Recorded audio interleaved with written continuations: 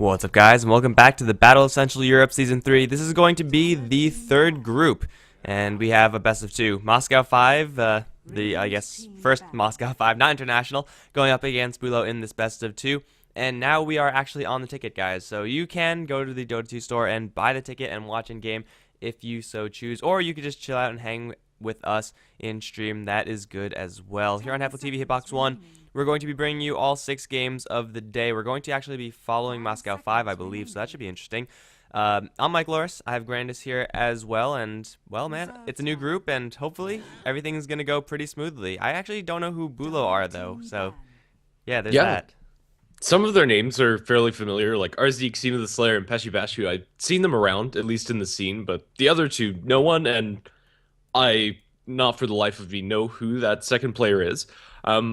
Yeah, I think this is their full 5-man lineup, but those two players are unknown to me, so I think it's safe to assume that we don't know exactly how this team is going to perform. As for Moscow 5, they're running with their normal lineup, and they should just have better synergy together. I think they're definitely the favorites, but I'm hoping that BUHLO can pull something out of the hat and maybe surprise us a little bit.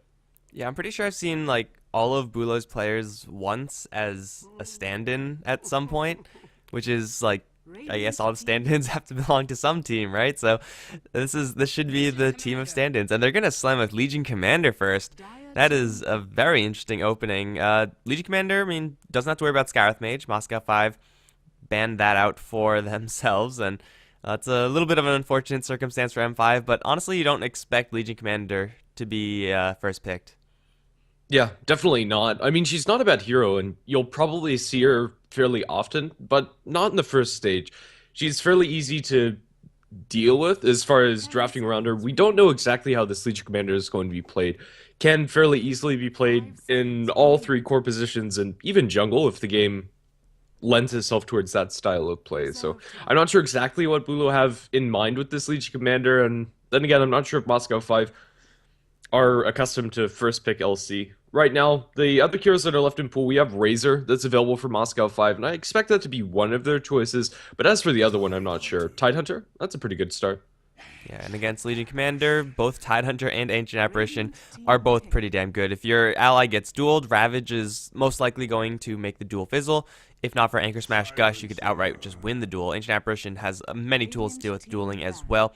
And really, you can't really press the attack too many things out of from these two heroes. Like the stuns that are going to be thrown, I guess you can, in theory, press the attack of Gush or a Ravage, but odds are you're going to hit with the Ravage as well. So BUHLO, off of the first pick Legion Commander, they second pick the Silencer. This is definitely not the conventional way of picking, in that they're taking heroes that are more fringe picks very highly. It looks like, I mean, Silencer is pretty good against Tidehunter, I suppose, but I would like to see teams sit on Silencer for much later in their drafts. Yeah, I think that's fair. Even though these two heroes work decently well together, I think that just showing that you're going to pick them to Moscow 5 is a little bit risky. Leech Commander and Silencer is going to offer them fairly reliable duel damage, because if you're able to get the duel and then Global Silence on top of that, there's very little that the enemy team can do to counteract that duel as far as delaying the Leech Commander from doing your damage. So, I mean, they're pretty nice together, and the global ganking potential is definitely there, but is it really worth sacrificing some first picks that might have been more stable? I'm not sure. We'll see. I mean, maybe they could just get all of their powerful heroes up and they'll have a solid draft anyway. It's, of course, a possibility, though up against a Tidehunter Ancient Apparition, it looks pretty dangerous for now. Void, Viper, going to get banned out by BUHLO, and then Moscow 5 going to take out the Medusa, as well as that Ember Spirit. So just making sure that BUHLO don't take this into a super late game. And, well, it's going to be a pain in the ass for sure if it does get to a late game stage with Silencer stealing all of your intelligence, Legion Commander taking all of your, or I guess borrowing all of your damage, and then you're up against 2 already infinite scaling heroes. All we need is Pudge, and then we're going to be golden, but I don't know if we're actually going to see that one. Anyway, Moscow 5, well, they still need a couple more core heroes. They have Tidehunter for one lane. Ancient Apparition typically does need a partner. And, well, they have quite a few possibilities. I actually like the Rubik, like, right now. I mean, having an instant stun against what BUHLO have is going to be pretty nice. Yeah, for sure. And there's not the greatest of spells to steal on the enemy side, but just having that instant stun, as you said, maybe going for a different play stun like a Vengeful Spirit Wraith King or something along those lines might be Moscow 5's choice. And I think they can keep that support pick for next if they really want to. As for now, they are eating very heavily into their reserve time. It is going to be that Venge. Offering a swap up against the Legion Commander is always really nice to delay the duel. It isn't as nice as inside a Chronosphere up against a Void, but any time that you're able to delay the Legion Commander from getting that damage off inside the duel is time where the duel is either going to fizzle or you can kill the Legion Commander while she's distracted. As far as the second player on BUHLO, it seems that his name is Stallionator, and they did apparently qualify for Starlighter 11, so they should be playing fairly well together, although we haven't seen them as a five-man unit thus far. Man, I haven't casted Stellianer in like years, it feels like. I don't even remember what team he was on last, but oh man, that was yeah, quite a name I haven't seen in a long time. But anyway, we do see the Vengeful Spirit. Between Vengeful Spirit, Ancient Apparition, Moscow 5 have quite a lot of level 1 power. They will be doing a crap ton of damage. Of course, a Chilling Touch, you're guaranteed that. And BUHLO, I mean, they will have Legion Commander to now buff out a Magic Missile, but I don't really know how reliable that is, especially if Legion Commander ends up going to the solo mid lane. She will have to worry about rotations from both Venge and AA, and that is incredibly dangerous. Like, if you get caught out a little bit past the river, or if you're just sitting right in the middle of the river, you may just be going down because this combo does do so much damage. And with the Silencer pick, it is possible that it is support, possible for core, but BUHLO, they have to pick up some pretty aggressive roamers if they want to be safe from this combo of Moscow 5. Yeah, and even with some aggressive roamers, there's always the chance that the Vengeful Spirit and Ancient Apparition come out on top, especially if that third hero that they're ganking for, or ganking with, is going to offer anything to that. Like, even a Tidehunter Gush is usually enough to get that Chilling Touch damage out, which is quite insane at the early portions of the game. Right now, for BUHLO, they probably are missing another one of their supports, but as far as the second banning stage, it's a lot of cores being taken out. Razor's still on the pitch for either side if that is an offlane Legion Commander, and they still want to run that Silencer as a safe lane farmer. They still have a decent amount of flexibility when it comes to lanes for BUHLO. I think an Earthshaker would be pretty nice for them, however, just offering a nice defensive support that also has the potential to set up some ganks of his own. Yeah, maybe take an Earthshaker and then pick up a couple more late game heroes, or a late game hero, something like a Spectre, or maybe not Spectre necessarily, because that would be a little bit awkward with all the melee, but you know, something along those lines, and just try to take it late. It is going to be a Rubik for BUHLO, another defensive hero. I would say it's kind of a replacement for Earthshaker in that they both serve a very similar defensive role. But this Rubik, maybe if the Silencer is going to be played as core, can be partnered up with someone else, and like a Sand King, and maybe they could get something done as far as rotating over to the other lanes. But BUHLO, they have a very middle-of-the-road lineup. I would say the power level of their heroes in general is just a notch weaker than Moscow 5's. Yeah, I think that's fair to say.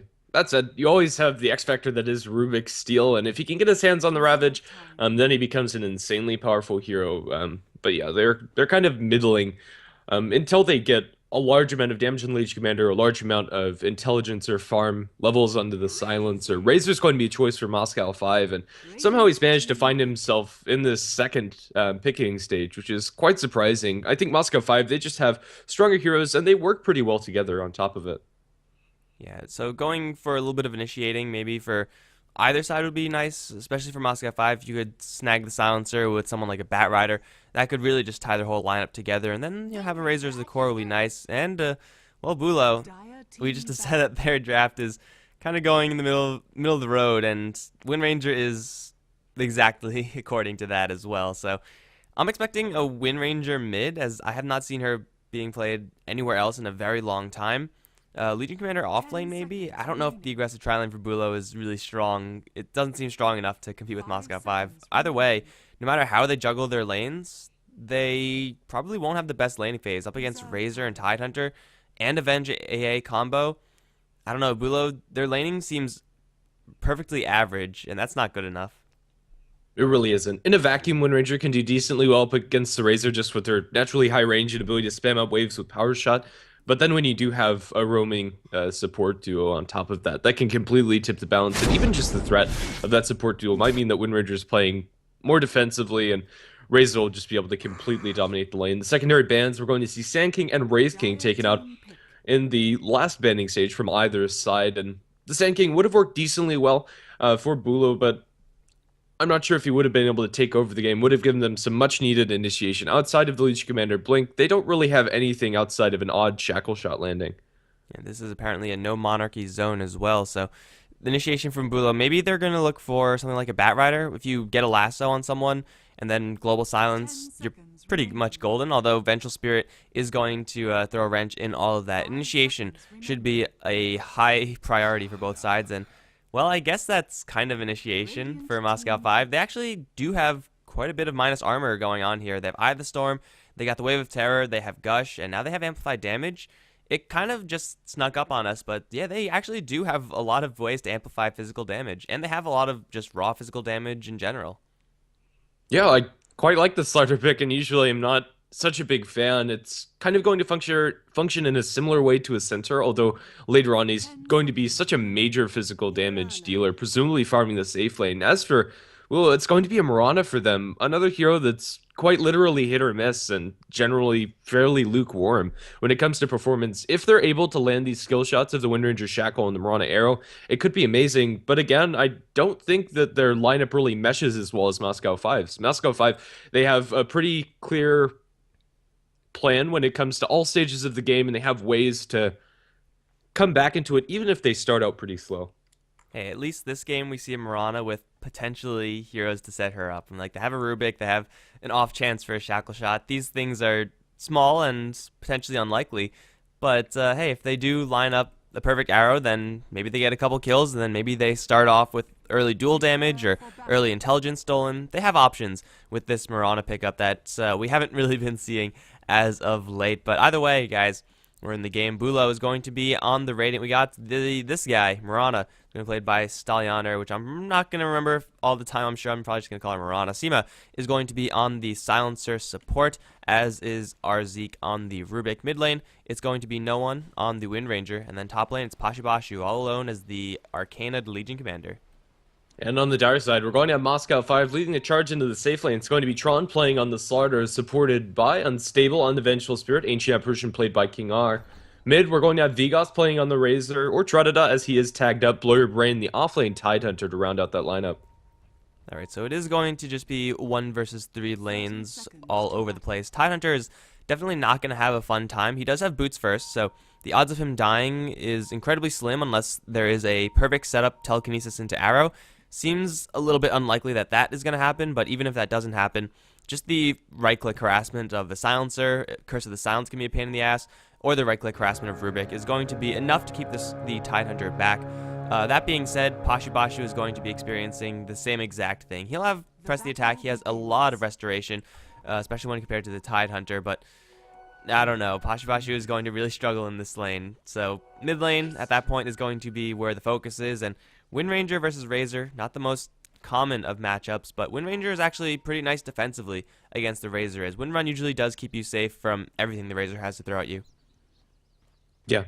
Top lane, there was a little bit of a go into Pashibashu. They drop a magic missile, but that's about it. They weren't able to get in range for the crush from the Slaughter, so that means no kill. Had they gotten that range with the Chilling Touch, it probably would have been our first blood.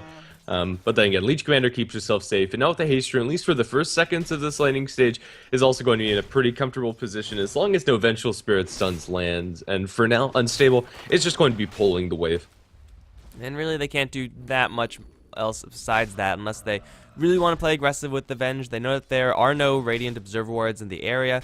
I think they should know where the Radiant Observers is, although they did try to deward the river, and that ultimately ended up failing, so maybe they don't exactly know how much vision they are under, but regardless, Pashibashu has got to be very careful. A single magic missile into a crush, and with the Chilling Touch damage, even though Legion Commander is kind of on the tankier side of heroes, she is not going to have enough HP to survive that, but that's kind of the same thing on the bottom lane for the Dire. We actually see a very peculiar Observer ward being placed by the Radiant near the Roshan pit. It's at the very least going to spot out rotations to help out Blur Brain, but honestly, are they really going to do anything off of this Observer ward? It's not going to give them Rune Vision, and usually that's what you want. They have the Rune Vision up top, and it's going to spot out whenever Tidehunter is farming Ancients, or whenever he's behind his tower, so I suppose it's kind of nice to have that vision, but I think just going for a more conventional word would have helped them out more. We'll have to see how that's going to work for them later on. For now, we're just going to be watching those 2-minute rune spawns. Brawn under tower, taking quite a bit of damage, but there's no way Tidehunter can capitalize on this. And a couple of tangos will remedy that. We're in for a fairly passive early game, despite having some roaming potential for Moscow 5. Yeah, anywhere they roam, it's going to come off of the top lane, and unless they smoke up beforehand, which they do have one smoke, it is going to be spotted by a Radiant Observer Ward. So Moscow 5, unless they smoke pretty much in their own jungle, they will be spotted out, and they can, in theory, go for a level 1 gank onto someone like a Wind Ranger, but even if you do land a magic missile, she will see it coming, and Wind Run is going to stop all of that. So Chilling Touch actually does nothing when you're not hitting anyone, so roaming into the Wind Ranger is going to be incredibly difficult unless they have probably level 2 on the Ancient Apparition, get the additional point in Cold Feet, maybe even level 3 for a Vortex. Until then, they just won't have the damage because Wind Run is just such a great defensive skill. Yeah. Beshu is going to be zoned out by double damage rune on the Ancient Apparition. Still as a salve and probably going to be forced to use that here. Yeah, as far as who's favored in the passive game, I think it's fairly even. Both teams are kind of waiting for Blink Daggers or just for any opening at all. Silencer is going to be zoning out the Tide down in bottom. Giving the farm the way Mirana is not a move that I really like coming up from BUHLO. I think that Seema on the Silencer would have benefited more from that, although their matchup is probably not designed for that. Blow Your Brain is going to be thrown back down to the ground. I think Tidehunter is going to be able to walk out of here. There's a leap forward, however, and a Fade Bolt. He's going to be eating a lot of damage from that curse. They just need a little bit more. The arrow's going to miss on the Blow Your Brain. Still juking for all he's worth. The right-click damage isn't enough already, and Blow Your Brain probably going to deny himself to the lane creeps, but they're too far away. I think the best he can hope for is a tower deny. Let's see. Seamless Slayer does have another curse coming after cooldown. It is going to land, and Blow Your Brain is going to fall. He lived at literally 1 HP after that last Mirana shot, but if the Tidehunter just ran straight into their tier 2 tower, maybe tried to stall and then got killed by the tower, I think there was no way out of that just because of how the kill crediting works, I suppose. Like, I think he would have given the kill either way to BUHLO, but he ended up giving intelligence to the Silencer, and that's just like, first of all, you died, which is not good. Then you died to give permanent bonuses to the enemy, which is also not good. Also running to the south instead of trying to run north and potentially getting hit with an arrow, Blow Your Brain, kind of taking a risk there and an all-or-nothing escape, but I think he might have stood a chance if he just ran straight north. Regardless, BUHLO are going to take the first blood in this game, and they do have a more aggressive lineup. Like with the Legion Mirana, you're not going to be able to take it super, super late unless you get a very good start, and so far the starts have been okay on both sides, but nothing fantastic. Whereas Moscow 5 with the Razor Slardar, their minus armor synergy is going to carry them for a lot further. So, BUHLO, they're going to need to do the exact same thing of what they just did on the Tidehunter and really on the other lanes as well. They have to apply pressure everywhere. Yeah, Beshu up top does have the bottle running to help him sustain with his mana. I don't think he's secured any runes with this, but just being able to spam with that overwhelming odds for a little bit of sustained damage is going to be really nice for him. The mid lane matchup is favoring Wind Ranger a lot more than I would have thought. Currently 15-5 on the Razor and 26-15 on the Wind Ranger, showing the ranged advantage in this lane, I suppose, more than anything. Razor generally needs to get those static links off, and when you're standing this far back, it's really hard to get a sustained link. Razor doesn't have boots either, so if he tried to get close to no one, a Wind Run plus the boot advantage will keep her very far away. Plus, she just has more base damage, so all those factors adding up, and you can understand why Vigos is having so much trouble in this lane. I mean, he has less range, he has less damage, he has kind of restricted lane control tools. I mean, he's level 6, so he's getting experience, which is just fine, but really the experience on Razor isn't, that alone isn't good enough. You usually are relying on your static link to hold the lane, and when I don't think it's possible for him to static link at all, let alone actually get any damage off of it. So it's a hard lane for sure. And well, Blow Your Brain, speaking of hard lanes, he's going to run straight into no one and the Rubik. They're not going to be able to chase this down unless they really go deep, but they did see him coming from the Observer Ward, I guess. They finally got some value, and they are going to know that he is stacking some Ancients, but it's not like they could do anything about it. Like, maybe they could crash him when he's doing it, but the Observer Ward is going to time out by then, so they can't even take the Ancients themselves. They just don't have the lineup for it. Yeah, they really don't. Wind Ranger, despite having a really good time in lane, I'm not sure if this is going to transition hard enough for BUHLO to really benefit them. Cold Feet in mid is going to do absolutely nothing except for force the Wind Ranger off of the lane for a split second. Vigos going to be lifted back in. Shackle going to land, unfortunately, onto 2 creeps, and the power shot soon to follow after is also going to miss. Yeah, it seemed like it was close there. A little bit of a 50-50 when you're dealing with shackle shots in that kind of in those types of quarters. But either way, Rubik attempting to make a rotation, and another shackle shot attempted. Power shot I think did land on Vigos. However, he is going to survive this, I believe, and yeah, he should be fine. 100 HP, none too healthy, but he will actually dodge on the power shot. He's still kind of flirting with death here, but it looks like the Razor will be fine. Still yet to see any regression up on top. Legion Commander's level 5, getting dangerously close to that dual level. They do have amplified damage on the Slaughter, so if they get a stun on her at all, she will be going down, but she's been playing pretty far away, although now the Cold Feet and the Magic Missile, this is going to guarantee the freeze effect. Slaughter is sprinting forward, and Bashu in quite a bit of trouble with the amplified damage. She will go down. King R is going to take that kill.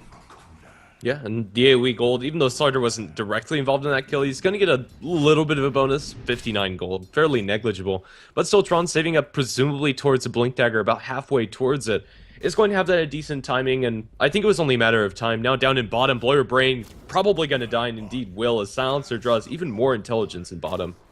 And an arrow wasn't even used for that.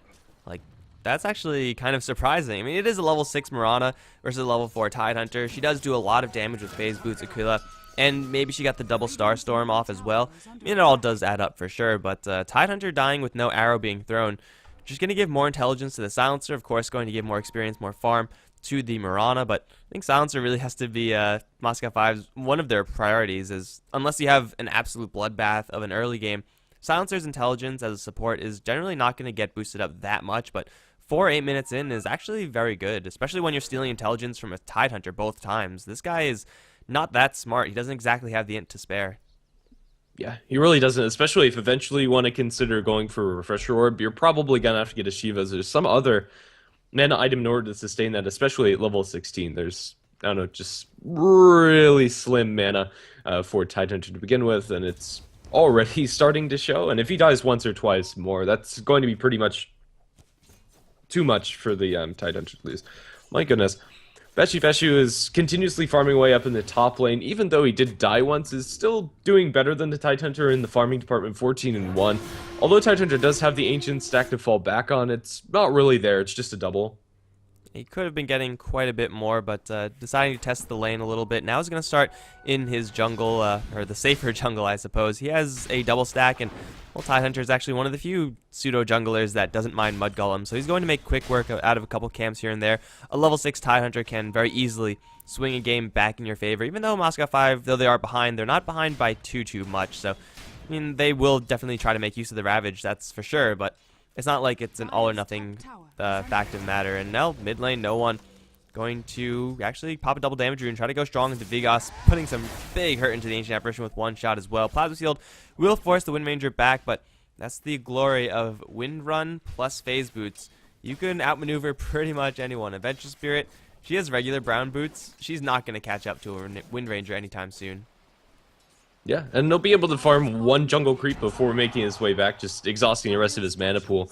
Morana's getting some really good farm down in bottom. It's Aquila phase right now, and her net worth is looking pretty solid on top of that. Has a bottle, but we have yet to see Morana actually roam out of this lane, throw very few arrows at all. She was involved in the 2 Tidehunter kills, but outside of that, I'm not really feeling this Morana pick, at least the way that they're playing it now. I feel, yeah, it could have been pretty much any other hero. So far, there's nothing unique that the Mirana has done. I guess you could say the same thing about the Slardar, to be fair, and it's going to take a little bit more farm until they really shine through, but Mirana's going to help take down the tier 1 tower. Pretty much any other carry hero with a Ring of Aquila and Phase Boots could have done the exact same thing. It is a hero that you kind of want to be playing a lot more aggressive with, just because as far as carrying a game is concerned, yes, she can do it, but it is a lot more difficult than someone like Slardar, who is just going to be able to very straightforwardly contribute a lot of damage to those ganks and do a lot of damage in the late game. Mirana is now going to contribute a little bit, something unique. King R going to get thrown back. He's going to be brought down. No arrow needed, but Moonlight Shadow set everything up. Certainly a unique tool there. Yeah. I still think that giving the Silencer the farm in this lane would have been more useful. As for Silencer's build, it looks like Seema is going to back off for a Midas later on. I think this is an okay choice as far as support heroes that benefit from those extra levels as well as the farm to get into an Aghanim's Refresher eventually this game. Silencer's a pretty good one to do it, so I'm okay with Seema's choice. Although it's not going to be a very fast Midas by any means, probably like 16 minutes in. It'll still probably get that effectiveness and help out their late game quite a bit. And in a similar vein, Ancient Apparition is going to be doing the exact same thing. Two heroes that typically do like to go for that strategy. Stallianer is going to jump forward and then jump back. He's going to be just fine. Ancient Apparition, pretty much the same exact thing for Silencer. You want to get these Aghanims insured for these respective heroes because the effects of Ags is so very strong. And the Silencer might have it a little bit earlier. He has backed off for Tranquils, whereas King R just holding on to Brown Boots. So all in all, the farm on these two heroes is going to be relatively even with that consideration. And, well, once they get their Midases up, I don't think we're going to be in for a super late game as no one else, especially none of these cores are going for a Midas, so who knows. Top lane, we're going to see a duel. This is not going to actually give Pashu any damage, but no one is here going to contribute a Shackle, Power Shot, and now Tron lifted up and Fade bolted down. A duel not for extra damage, just setting up for a kill is still pretty good. Yeah, I mean, it's a worthy use of that cooldown, just locking him down under tower. Slardar backs off for a casual ring of health before going for the blink. So that's actually a very significant death for Slardar, not only losing the farming time, but also losing about 250 gold in that death on top of it. So it's a pretty big swing in the favor of BUHLO. And that's, in general, just like an important hero to kill off as well. So killing off a Slardar, not to be understated, whereas Moscow 5, they have done no such thing. Like, they have not killed off or even pressured really any of BUHLO's cores with the exception of Legion Commander, but she's still doing just fine. Like, she has power treads. She's going to most likely be going for a Blink Dagger of her own, and though she doesn't have the most damage to put into a duel, it is perfectly enough. And well, Vigas in mid going to be under a little bit of heat, but Ice Blast is going to fly through towards mid. Unstable going to try to kill off this Mirana. It will not work. Venge is going to die. Where's the backup for Moscow 5? They are on the bot lane, I suppose. It's going to be another free kill for BUHLO, and now they're in a position to put a little bit of pressure on this 2-1 tower. No Mirana here, so no Ring of Aquila, but I think it should drop anyway. Blurbrain does have a Ravage, but there's not enough Moscow 5 heroes here. Yeah, and Ancient Apparition and Tidehunter, not the best counter pushing heroes either. Rubik is going to pause the game. I have no idea what the issue is, and I still don't know what the issue is. The tier 1 tower is going to be dropped to about half, and Sorry-Go is going to be found. Yeah, I expect this to continuously fall as Slardar doesn't want to join this fight since he is saving up for that Blink Dagger. After this creep wave, he should have it, or if not have it, be very close to it. And there you go, he is going to purchase up the Blink Dagger over the side jump as we have another pause, as we have a disconnect from King R. My god, love those pauses. Seema and Stallianer are both very close to Tron right now, though the Blink Dagger pickup will give him a path out. The possibility is certainly there for a stray arrow to hit, and that's going to be definitely a kill if it does hit. Otherwise, you know, Slardar's going to walk away and be just fine. There's 6 intelligence stolen now by the Silencer, and Mirana actually has a Claymore. That's not the item that I really would have expected. I thought if you're going to go for a vanilla damage item, it would be that hammer. Try to get some Maelstrom lightning damage going on, but Claymore for the Mirana. What do you think?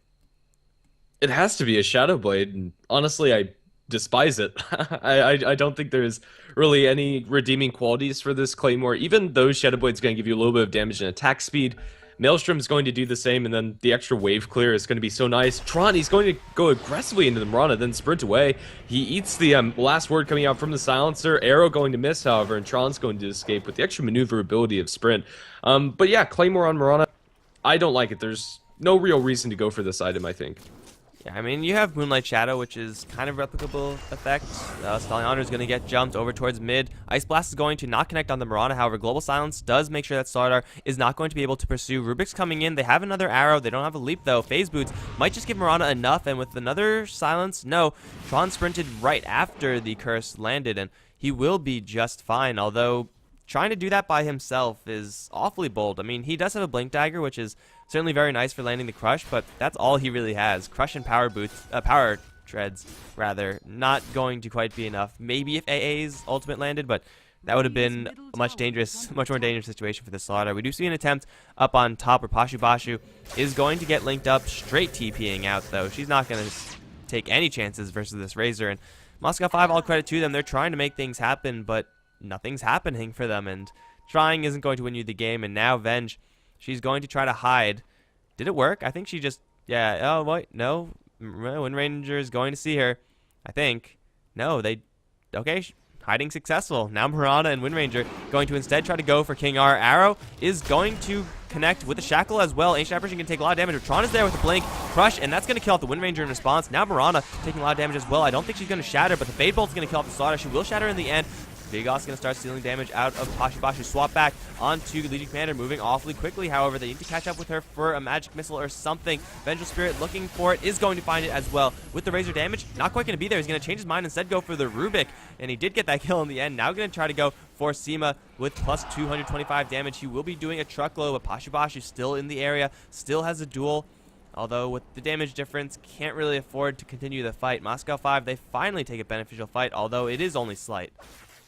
Yeah, and they lose their Slaughter for that. Oh no, he's been playing very aggressively and tries to find those kills, but the extra damage that he's taking while he's sprinting around inside the team fights is pretty damning. Like, eating just too much from the...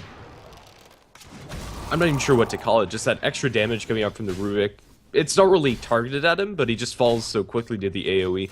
Tron still has yet to find himself a kill with that Blink Dagger, although he's tried at least 4 times. In the meantime, Blurry Brain farming up some Ancients, about to get a Blink of his own, and we still have yet to see a Ravage coming out from the Tidehunter, but once we have the Blink Dagger, the openings are going to be a lot easier to spot.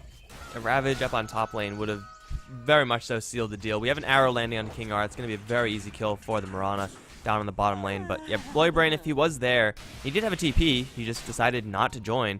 A Ravage would have meant that BUHLO would have definitely lost that fight. Like, no questions asked. But Blurry Brain instead deciding to just sit back and farm up.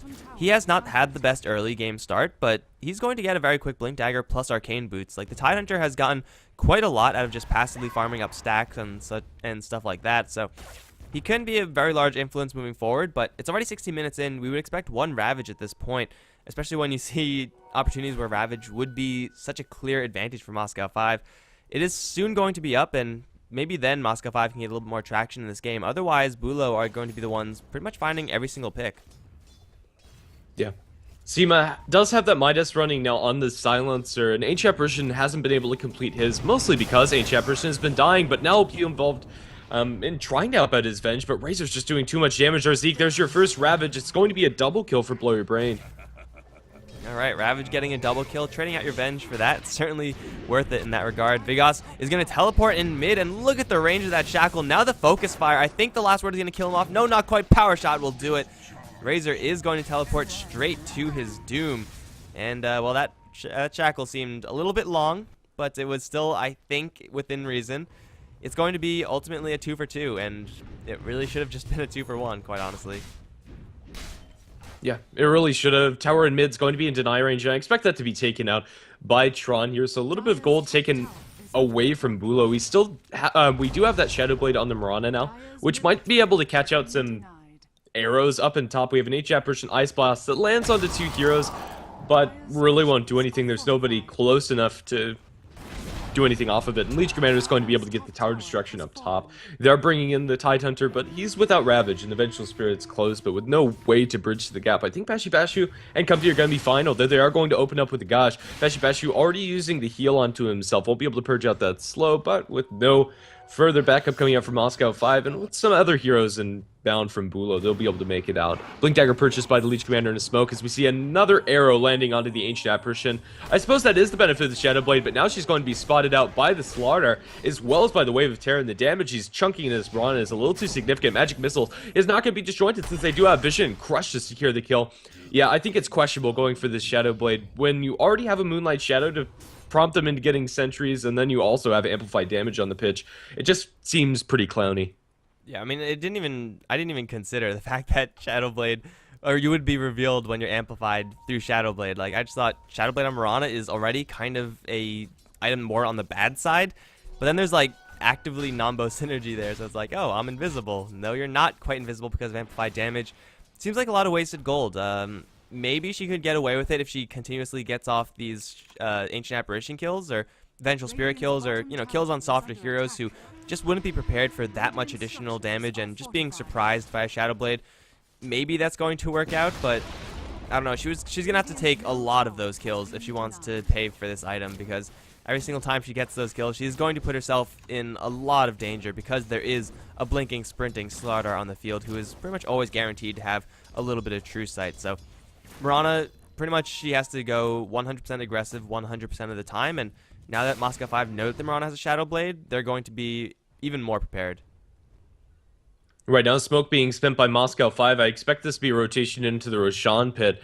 They have a very fast Roshan and a fairly secure one as well. The minus armor coming out from Venge, Tidehunter, as well as the Slaughter is going to mean that this Roshan's going to drop very, very quickly. If they're able to connect that all together, they pick up the ward. It was spotted out by BUHLO, so they probably know that this is going on.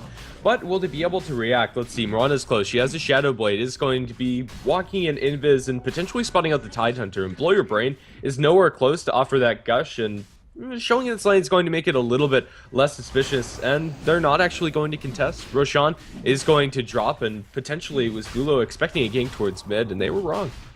BUHLO should have seen this, though, if they were really paying attention. They had an observer that spotted a random rune getting it was taken, so usually runes don't straight up disappear like that, so someone must have taken that, and that was actually, it could have been very bad for BUHLO if Blow Your Brain was also in the Roshan pit, but it would have been just 3 heroes there, and, you know, Slaughter already roughed up pretty badly from the Roshan, is going to be very easy cleanup for BUHLO at that point, but not paying attention to the map, I suppose, and it costed them Roshan. They could have easily crashed it, and when that Blow Your Brain with level 2 Ravage with the Aegis on Slaughter, Moscow 5, I mean, they've been playing a little bit fast and loose so far. Now they have a couple more tools to allow them to do so. We do see Mirana trying to set up on the Slaughter just by herself, though. Additional damage with the arrow. It is going to be dodged by Tron. Now going to amplify, but needs to get the hell out of here. Taking that extra sprint damage. Going to try to turn around with the help of their Razor. Plasma Field is there. Going to turn around for a crush. And now Mirana's just completely screwed. No, healed up by the Legion. Now the duel onto Tron. I don't think this is actually going to give her damage, although it will with the power shot. And now Razor stuck in the corner. Will try to kill off the Mirana, but Shadow Blade is going to bail her out. Vigas now stuck in the corner. Tron's going to come right back in with the Aegis and kill off the Rubik, making it a double kill for Vigas so far. Bashu blinking into the trees. Looks like he'll be just fine. Seema is on the run. Moonlight Shadow going to do next to nothing when you have amplified damage on the field. Bashu still hiding in the south corner. It looks like he will be fine, but it is going to be Aegis used for Moscow 5, and that is a very cheap price to pay for 3 kills. It is. They are giving away a secondary damage stack to the Leech Commander, which is unfortunate for them, but it's still worth that, especially since they get a tier 1 tower. And now we're going to be able to apply a little bit of tier 2 pressure because Vigas has an Aghanim Scepter on this Razor. No ultimate for 20 seconds, but still their tower pushing potential has been increased by quite a significant margin, and they are holding on to the Ravage as well. I mean, he has the Aghanim Scepter, and he's also pretty close to a level 3 ultimate, which is something we don't usually see.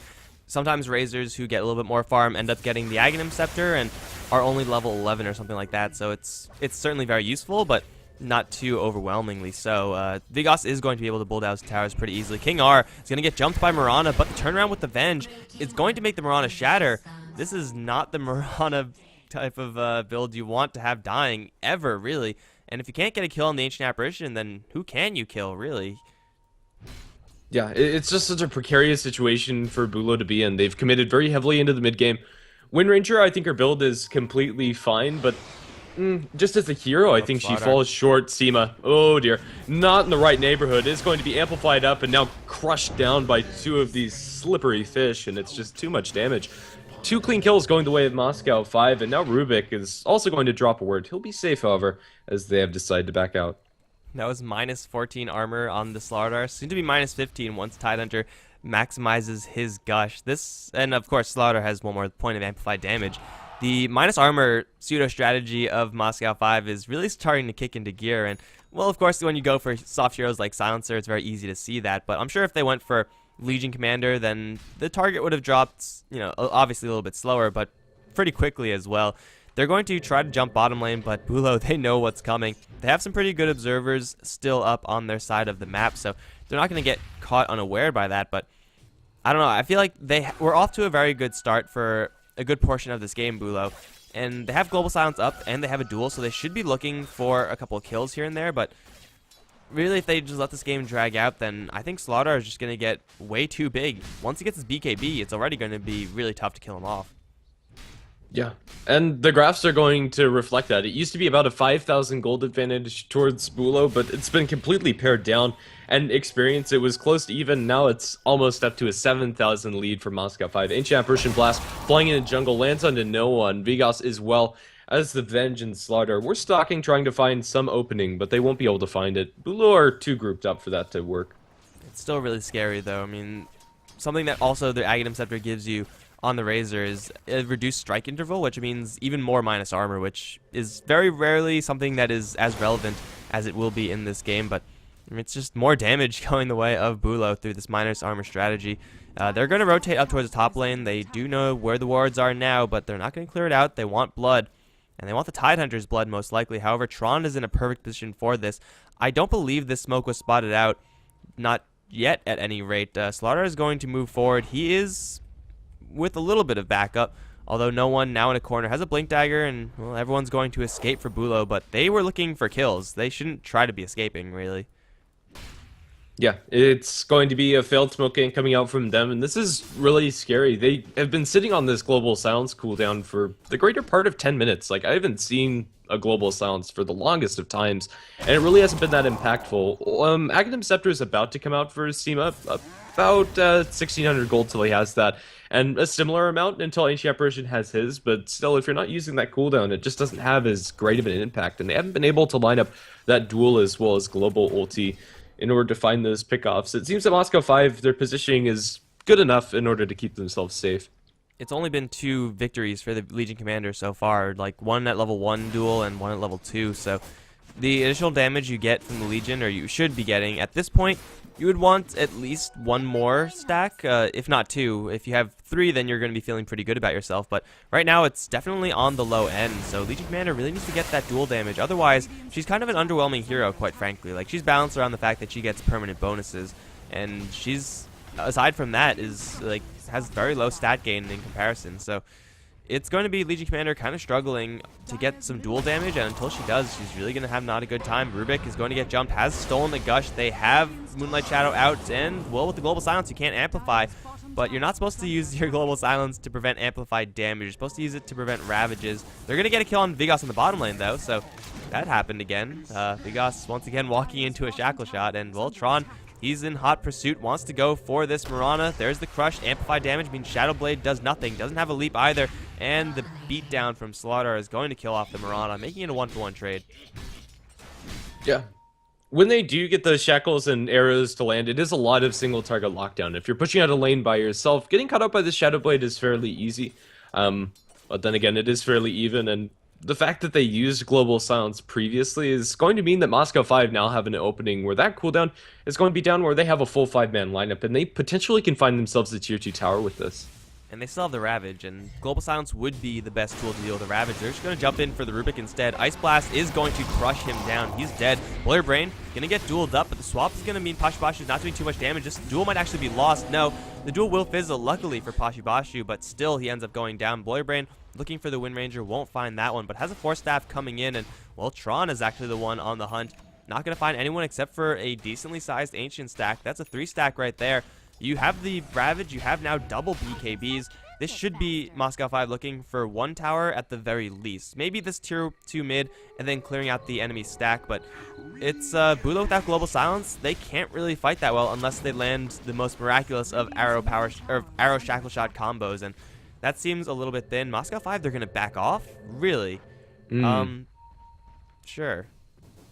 I don't like that choice. Tidehunter was low on mana, and they didn't have Arcane Boots to sustain him. He would have had just enough for 1 Ravage, but no mechanism. So maybe that's the reason that they decide against it. I'm still against their decision to back. I think they could have gotten away with that tier 2 tower push, but now BUHLO are now in a 5-man unit. They Shadow Blade up with Mirana and are looking for blood, and the blood that they find might be Vigos, as he's looking to farm the enemy side of the jungle. He's going to bump into a Rubik, and then stick around. He has a Slaughter in back of an Arzeek. He's probably going to get jumped. No, the Blink Dagger canceled on Tron. Doesn't matter. He's just ripped apart by that Aghanim Scepter. Vigos did use the BKB for that, so support kill for BKB charge. I suppose it's even in that sense, as long as Moscow 5 are unable to do anything off of this. But the tier 2 tower down in bottom is really close and already at half damage. That's just so weird to me that they would back off in mid lane and then decide to commit a BKB charge to get a Rubik kill.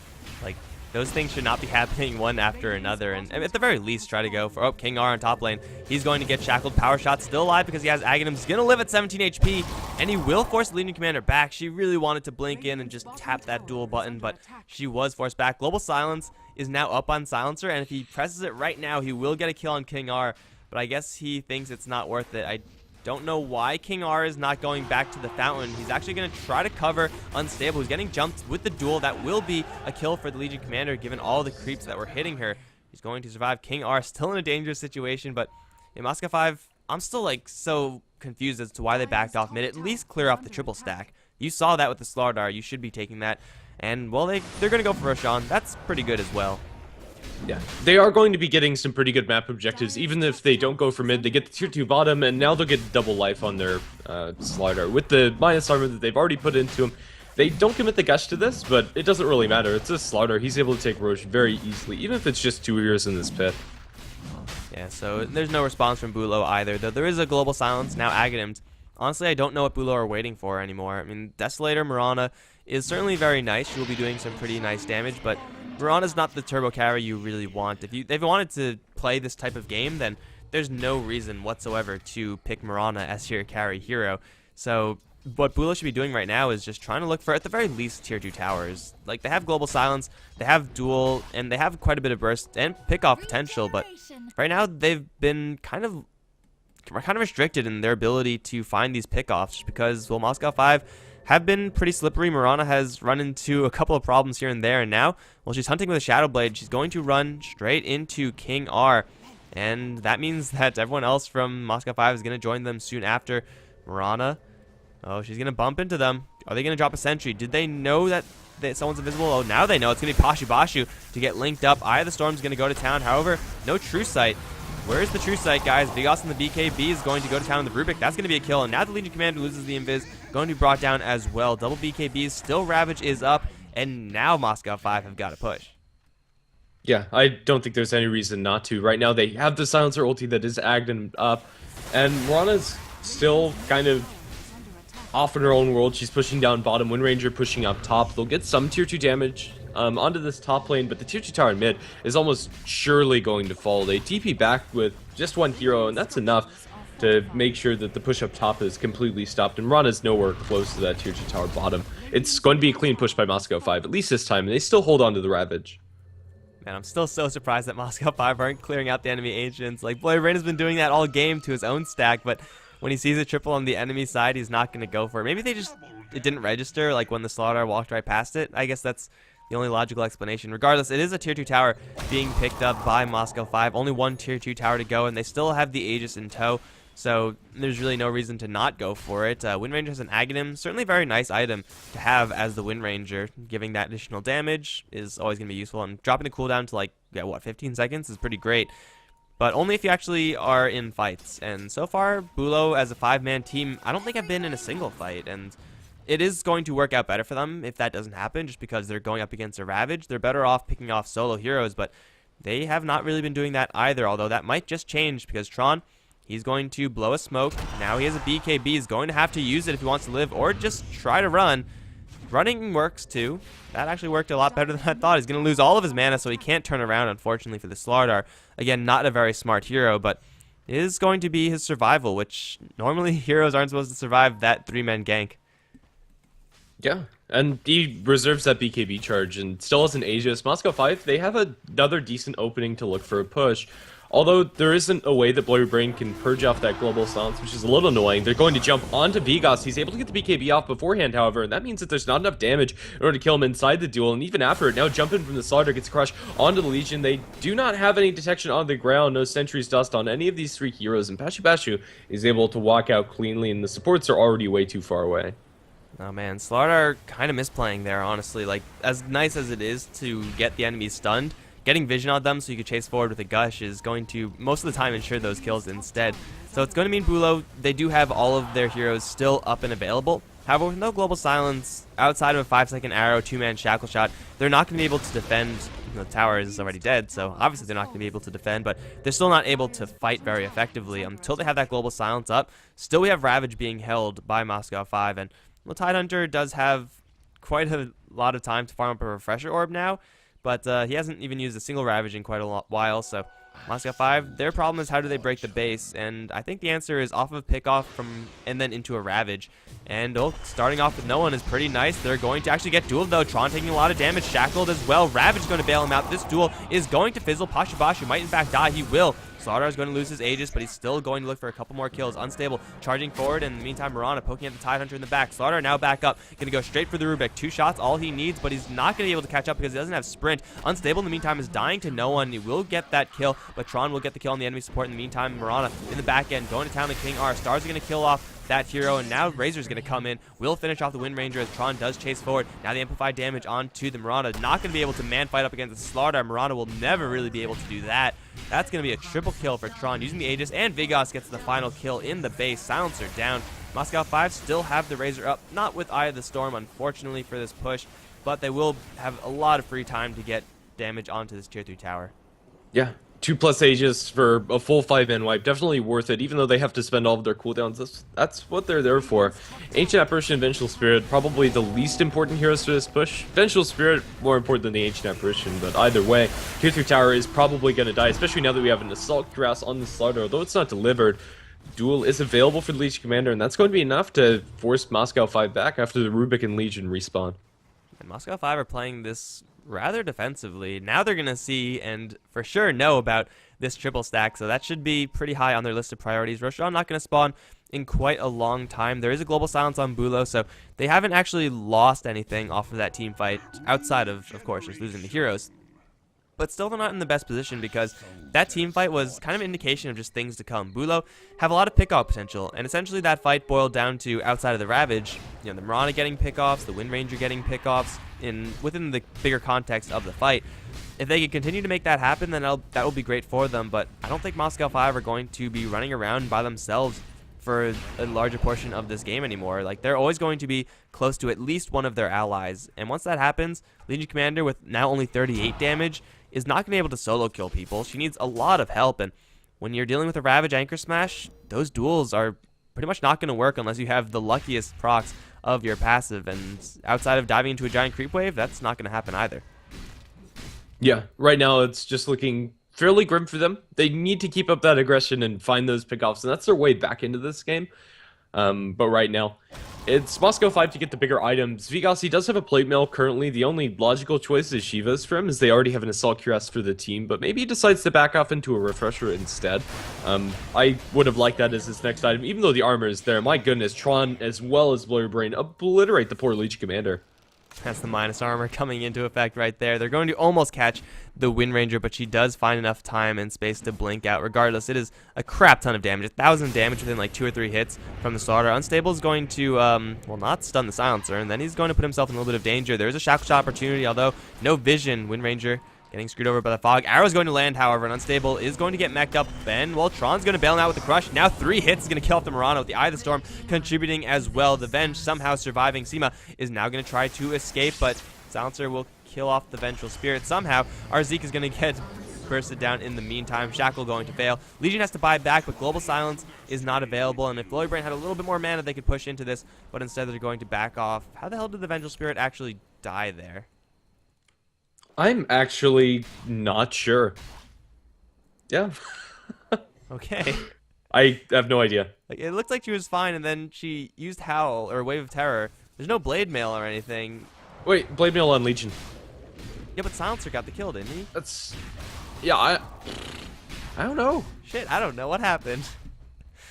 Suicide. Vengeful Spirit, Sudoku. I guess we'll just have to chalk it up to that because I'm clueless. Right now we're going to see Moscow 5 again taking a pretty nice fight for themselves.